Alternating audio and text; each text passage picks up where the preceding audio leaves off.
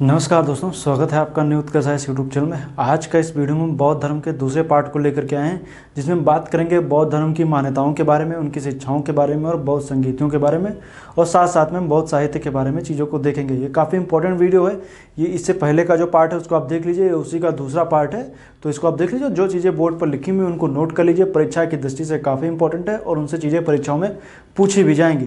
तो आइए देखते हैं, बात करेंगे बौद्ध धर्म की शिक्षा एवं मान्यताओं की। तो कौन कौन सी शिक्षा थी और कौन कौन सी मान्यताएं थी, उनको हम थोड़ा सा चीज़ों को देखेंगे। तो आइए देखते हैं कि बौद्ध धर्म की शिक्षा एवं मान्यताएं। तो मान्यताओं में जब हम देखते हैं शिक्षा एवं मान्यताओं में, तो हमें सबसे पहले शिक्षाओं की बात करते हैं तो उसमें 4 आर्य सत्य बताए गए हैं। तो आखिर कौन कौन से आर्य सत्य हैं, उनको हम चीज़ों को देखते हैं। तो सबसे पहले 4 आर्य सत्यों की बात करेंगे तो उसमें सबसे पहले बताया गया है दुख बताया गया। तो आखिर दुख है क्या? पीड़ा है, निराशा है एवं अनुभव है। अर्थात अगर जो आपको मान लीजिए कोई आपको दुख कई तरीके से हो सकता है आपको दुख, आपका शरीर दर्द कर रहा हो, इस वजह से आपको दुख हो रहा हो सकता है आप कह सकते हैं कि वियोग के कारण या इस तरीके की कोई सिचुएशन आई तब आपको दुख हो रहा हो, और आपको किसी चीज़ को लेकर के निराशा हो, इस वजह से आपको दुख हो रहा हो। तो लेकिन ऐसा नहीं है कि दुख आपको अनुभवों के आधार पर भी दुख हो सकता है। आपके मन में कोई ऐसा अनुभव आ रहा है तो उसके जरिए भी आपको दुख हो सकता है। और दुख को लेकर के आखिर दुख होगा तो उसके पीछे कोई कारण भी दिया गया हो कि आखिर आपको पता होगा कि आखिर दुख हो क्यों रहा है, कारण क्यों, आखिर कारण क्या है। तो दुख का कारण था दुख समुदाय भी है, जिसमें आखिर किन वजहों से दुख होता है, जिसमें से तृष्णा मतलब इच्छा है, आपकी इच्छा रहती है उस पर आपको दुख होगा। मोह है, अहंकार है, घृणा है, जिनकी वजह से आपको दुख होता है। अर्थात दुख है तो दुख का कारण भी किस वजह से दुख है। अगर जो कारण है तो दुख कारण है तो उससे मुक्ति के उपाय भी हैं। तो आखिर कौन कौन से उपाय हैं? तो दुख निरोध की बात की गई। तीसरा आर्य सत्य है जो है दुख निरोध, अर्थात दुख से मुक्ति संभव है, अर्थात दुख से मुक्ति पाई जा सकती है। किस तरीके से पाई जा सकती है? तो दुख निरोध गामिनी प्रतिपदा, अर्थात दुख को दूर करने का मार्ग बताया गया कि आखिर जब आपका दुख है, जब आप दुख के कारणों को इन पर विजय प्राप्त कर लेंगे, इनसे आप कह सकते हैं जो कारण बताए गए हैं, जब आप इन पर विजय प्राप्त कर लेंगे तो आपको क्या होगा कि आप दुख पर विजय प्राप्त कर लेंगे। अर्थात कि दुख है तो दुख का कारण भी है, कारण है तो उससे निजात भी पाई जा सकती है, निजात पाई जा सकती है तो निजात पाने के कारण क्या हैं, तो इनकी बातें कही गई हैं। तो दुख को दूर करने के मार्ग है, लेकिन मार्ग कौन कौन से, आप कैसे दुख को दूर कर सकते हैं, उसके लिए अष्टांगिक मार्ग हमें पता चलता है कि बौद्ध धर्म में बताया गया अष्टांगिक मार्ग। अष्टांगिक मार्ग कौन कौन से हैं तो उनमें हम देखेंगे तो सम्यक दृष्टि है, अपना कह सकते हैं कि सम्यक दृष्टि का मतलब यही कि आप जो भी चीज़ें देखें तो आप पक्षधर होकर के, मतलब ये किसी का पक्ष लेकर के बायस होकर के बात ना करें। आप कह सकते हैं कि पूरी तरीके से पक्ष विपक्ष को ध्यान में रखते हुए आप लोग उस तरीके से सोचे। सम्यक संकल्प है, कोई संकल्प को लेकर के। सम्यक वाणी, आप अपनी जब आप बातों को बोलें तो कह सकते हैं कि इस बात का ध्यान रखें कि मतलब ऐसा कोई शब्द ना बोले जिससे किसी को बुरा लगे। सम्यक कर्मांत, अच्छे कर्म कीजिए। सम्यक अच्छा जीवन जिए। सम्यक स्मृति है, ऐसी बातें इसमें कही गई। सम्यक समाधि है, इन सब की बातें इसमें बताई गई हैं। तो सम्यक दृष्टि, सम्यक संकल्प, सम्यक वाणी, सम्यक कर्मांत, सम्यक आजीव, सम्यक स्मृति, सम्यक समाधि। तो इनमें जो बातें कही गई हैं, जो मैंने बताया है सम्यक अष्टांगिक मार्गों का, तो इनका वर्णन हमें कहाँ मिलता है? इनका वर्णन हमें मिलता है धर्मचक्र प्रवर्तन सूत्र में, हमें ये देखने को मिलता है। इसमें अष्टांगिक मार्गों का जिक्र इसमें किया गया और ये बातें उसमें बताई गई हैं। कहाँ पर वर्णन मिलता है? धर्मचक्र प्रवर्तन सूत्र में। चूंकि जान रहे हैं कि धर्मचक्र प्रवर्तन क्या था, धर्म का चक्र का पहिया क्या घूमा। तो आखिर जब हम देखेंगे हमें देखने को मिलेगा गौतम बुद्ध ने जब अपना पहला उपदेश सारनाथ में दिया था तो क्या बोला गया? महाधर्म चक्र प्रवर्तन बोला गया, अर्थात धर्म का पहिया जो है उसमें घूमता है। तो वही चीज बताई कि धर्म चक्र प्रवर्तन सूत्र में इन सबका जिक्र में देखने को मिलता है। दुख है तो दुख को दूर करने के कारण भी बताए गए हैं। तो इन सबको आप समझिए 4 आर्य सत्य बताए गए हैं।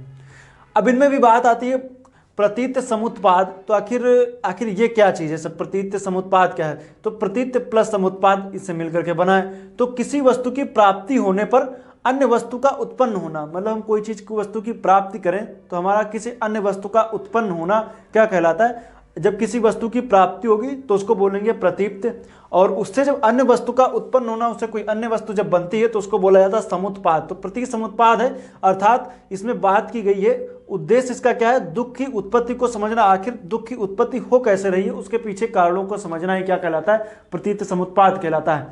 अर्थात किसी, पहली बात तो आप याद रखिए, किसी वस्तु के प्राप्ति होना, प्रतीप्त, और वस्तु उसी प्राप्त, जब कोई चीज वस्तु प्राप्त होती है तो उसे अन्य वस्तु भी उत्पन्न होती है, उसको बोला गया समुत्पाद। इसका उद्देश्य दुख की उत्पत्ति को समझना, अर्थात जो मैंने बताया 4 आर्य सत्य हैं, तो दुख की उत्पत्ति, आखिर आपको दुख किस बात से पहुंच रहा है, आखिर उसके पीछे कारण क्या है, उनको समझना चाहिए। तो हो सकता है कि आप दुख के पीछे कई कारण हो सकते हैं, जिनमें मैंने भी बताया है। कारण आपकी इच्छा हो सकती है, मान लीजिए आप किसी चीज़ को लेकर के बहुत ज़्यादा आपको ये चाहिए, मान लीजिए आप बहुत बड़े सपने देख रहे हैं या ऐसा कुछ देख रहे हैं, तो उसके कारण आपकी इच्छा है कि हमें ये चीज़ चाहिए, तो इच्छा हो सकती है। मोह हो सकता है, किसी के प्रति मोह भाव है, अहंकार आपको है, इसको लेकर के होता नहीं, अहंकार आ जाना। और घृणा, आप किसी से घृणा करते हैं, मान लीजिए किसी को देख करके आपके इनके पास तो पता चला वो मर्सिडीज से चल रहे हैं, इसको लेकर के आपके पास आपके अंदर घृणा की भावना आ रही है, इसको लेकर के जो घृणा भावना, ये सब चीज़ें क्या, इससे आपको दुख होगा। आप सोचते रहेंगे कि आखिर वो तो मर्सिडीज से चल रहा है, मेरे पास नहीं है, अच्छा उसके पास तो ये मेरे पास नहीं है। आपके पास जितना उसमें संतुष्ट रहिए। तो उसी तरीके से बात की गई है कि आपकी इच्छा पे, आपकी, जैसे मान लीजिए आज आपके पास 100 रुपये नहीं है तो आप 100 रुपये सोचेंगे मेरे पास 100 रुपये हो जाए तो आज ये हो जाता, किसी दिन 1000 होंगे तो 1000 में आपको कमी लगेगी, आपकी इच्छाएं बढ़ती रहेंगी, धीरे धीरे आपको 1 लाख रुपया भी कम लगेगा, 1 करोड़ भी आपको कम लगने लगेगा। अर्थात आपकी इच्छाएं जब नहीं मरेंगी तो आपको दुख होगा कि आप, अच्छा मेरा जो ये काम था ये 2 करोड़ होता तो हो जाता। मान लीजिए आपको 2 करोड़ होता तो आप क्या करते, आपको मेरे पास 10 करोड़ होता तो हो जाता। तो कह सकते हैं आपकी इच्छाएं जो हैं वही आपके दुख का कारण है। इनमें ये बातें इसमें कही गई। तो आखिर जो प्रतीत समुत्पाद का उद्देश्य दुख की उत्पत्ति को समझना है। और हमें जो कहने का मतलब, इसमें पुनर्जन्म को मानते तो हाँ ठीक है, पुनर्जन्म की बात कही गई है तो आखिर, लेकिन इसमें बताया गया कि पुनर्जन्म का कारण है क्या, अविद्या है, अर्थात अज्ञानता ही पुनर्जन्म का कारण है। जब आपको ज्ञान नहीं होता तो पुनर्जन्म को ऐसे अन्य जगह आपको क्या होता है, पुनर्जन्म होता है। ऐसी बात है इसमें कही गई कि पुनर्जन्म का कारण है क्या, अविद्या है। मान्यताओं की बात करेंगे कि आखिर बौद्ध धर्म कौन कौन सी मानता है, तो पुनर्जन्म में विश्वास मैंने बताया है। अनीश्वरवादी ईश्वर को नहीं मानते हैं।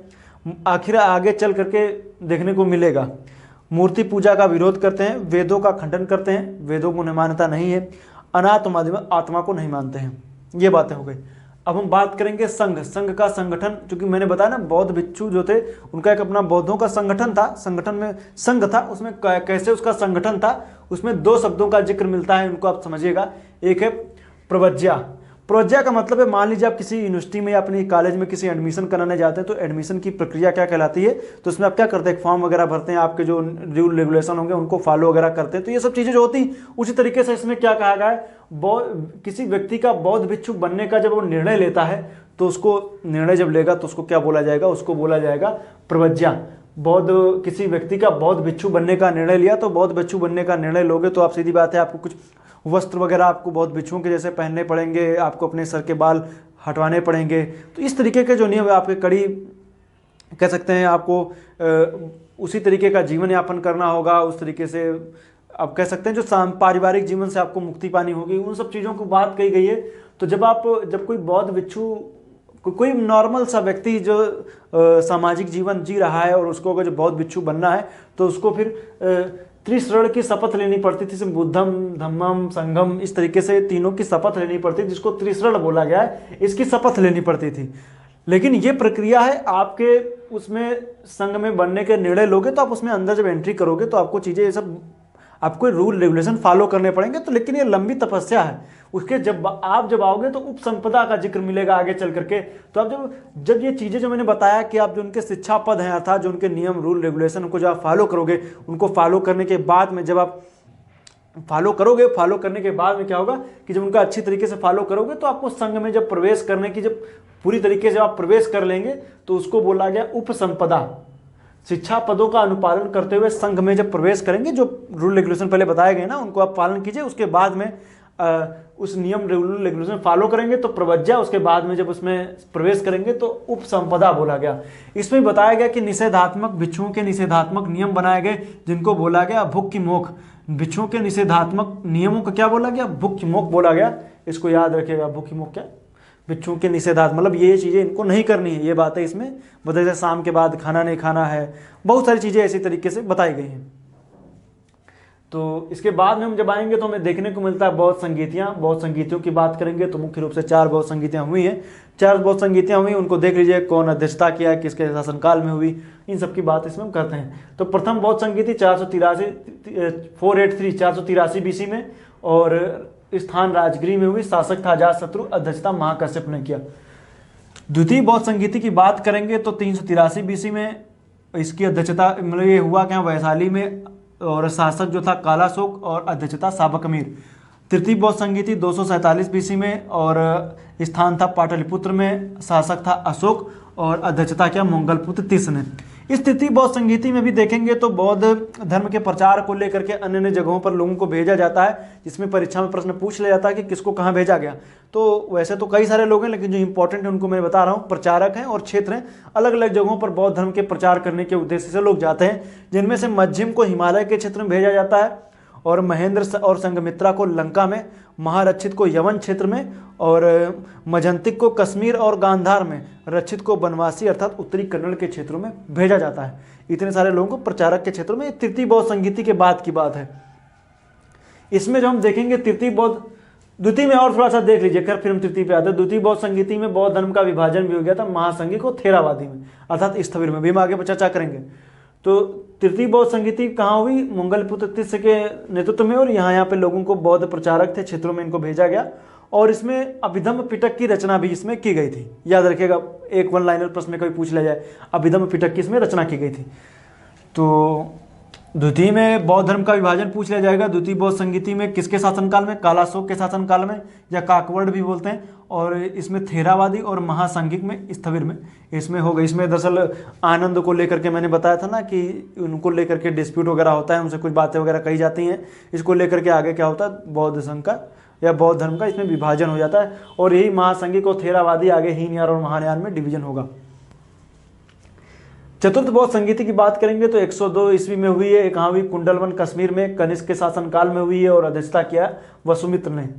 इसमें हीनयान और महायान में विभाजन हो जाता है। वैसे हीनयान महासंघिक था और महायान जो था वो थेरावादी अर्थात स्थविर थे। इसमें दोनों में आखिर अंतर क्या था? तो अंतरों की बात करेंगे हीनयान और महायान में। तो हीनयान निम्न मार्ग का कह सकते हैं कि निम्न मार्ग अपनाना चाहते थे, उत्कृष्ट मार्ग की बात कर रहे थे। ये बुद्ध को महापुरुष मानते थे और ये बुद्ध को देवता मानते थे। ये पुनर्जन्म में विश्वास नहीं करते थे, महायान पुनर्जन्म में विश्वास करते थे। ये रूढ़िवादी थे, ये महायान जो थे वो परिवर्तनवादी थे, अर्थात वक्त के साथ बदलते रहे ना, ये इनका मानना था। और हीनयान का मानना था रूढ़िवादी, जो कंजर्वेटिव टाइप के पुराने जमाने में जो चले आ रहे हैं, रीति रिवाज परंपराओं को मानने वाले क्या कहलाए? हीनयान कहलाते हैं। तो ये बातें इनको याद रखेगा। अब आते हैं थोड़ा साहित्य पे। अगर हम बात करेंगे साहित्य पे तो इसमें देखने को मिलता है त्रिपिटक। त्रिपिटक का जिक्र हमें सबसे पहले बुद्धिस्ट इंडिया नाम की पुस्तक में मिलता है, जो है रिच डेविड्स की पुस्तक है। कौन सी है? बुद्धिस्ट इंडिया में। ये पाली भाषा में इसमें बात कही गई, पाली भाषा में, त्रिपिटक पाली भाषा में।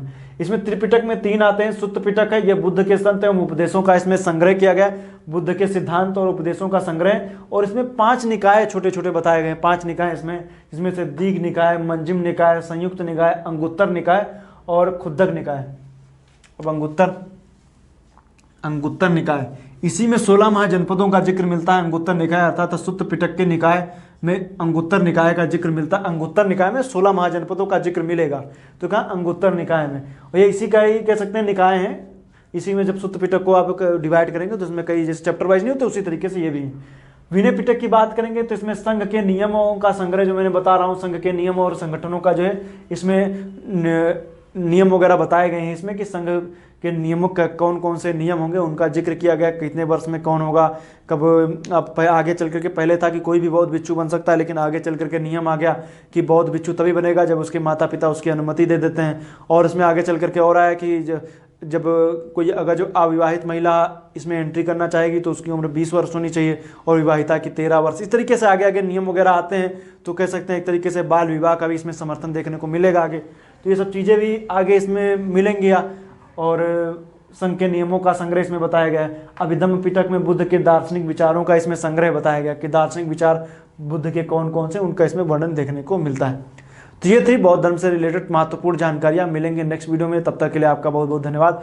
नेक्स्ट वीडियो में हम चर्चा करेंगे, किसकी चर्चा करेंगे? मौर्य वंश की। तो मौर्य वंश की चर्चा करेंगे और मिलेंगे नेक्स्ट वीडियो। तब तक के लिए आपको बहुत बहुत धन्यवाद। ये वीडियो वगैरह देखिए, इसको नोट कीजिए, काफ़ी इंपॉर्टेंट चीज़ें हैं, परीक्षा में आपको इससे प्रश्न जरूर पूछ लेंगे। धन्यवाद, बहुत वीडियो देखिए और इससे सीरीज जो है इसको नोट जरूर कीजिए। तो आज के लिए इतना ही, मिलेंगे नेक्स्ट वीडियो में, तब तक के लिए आपका बहुत बहुत धन्यवाद। मेडुअल हिस्ट्री और मॉडर्न हिस्ट्री दोनों आप देखते रहिए, साथ साथ परीक्षा आएंगे तो आपको इसका फ़ायदा मिलेगा।